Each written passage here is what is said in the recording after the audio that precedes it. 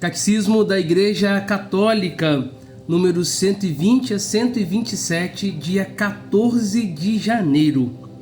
O cânon das Escrituras, a lista das Escrituras. Foi a tradição apostólica que fez a Igreja discernir que escritos deveriam ser enumerados na lista dos livros sagrados. Esta lista completa é denominada cânon das Escrituras. Ela é composta de 46 escritos para o Antigo Testamento e 27 para o Novo.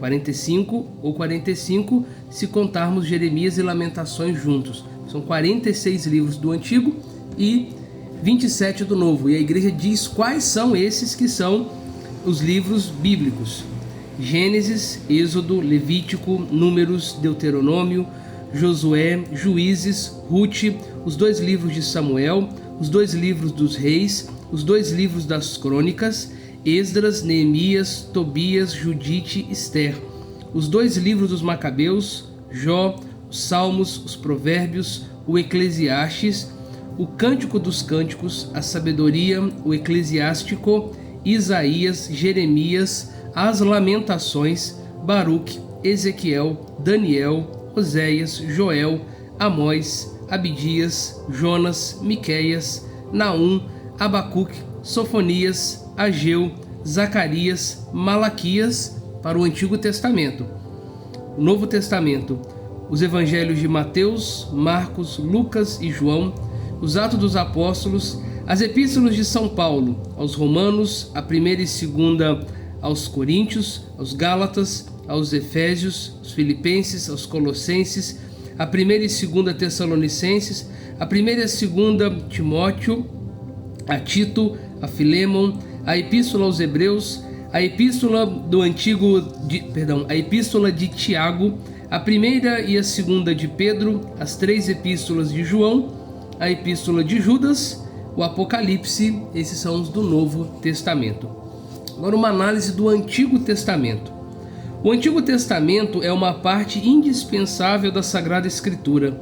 Os seus livros são divinamente inspirados e conservam um valor permanente, pois a antiga aliança nunca foi revogada. Com efeito, a economia do Antigo Testamento estava ordenada principalmente para preparar a vinda de Cristo, Redentor de todos. Embora contenham também coisas imperfeitas e transitórias, os livros do Antigo Testamento dão testemunho de toda a divina pedagogia do amor salvífico de Deus.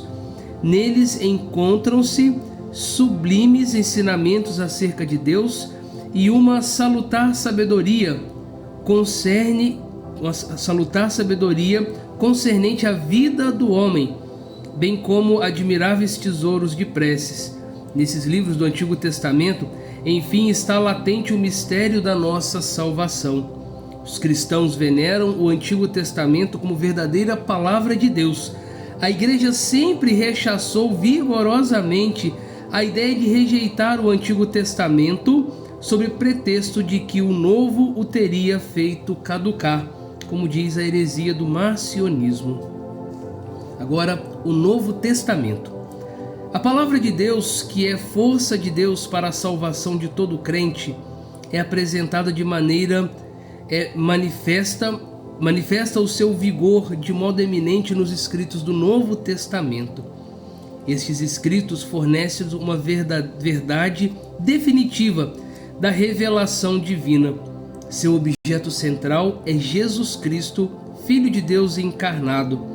Seus atos, ensinamentos, paixão e glorificação, assim como os inícios de sua Igreja sobre a ação do Espírito Santo.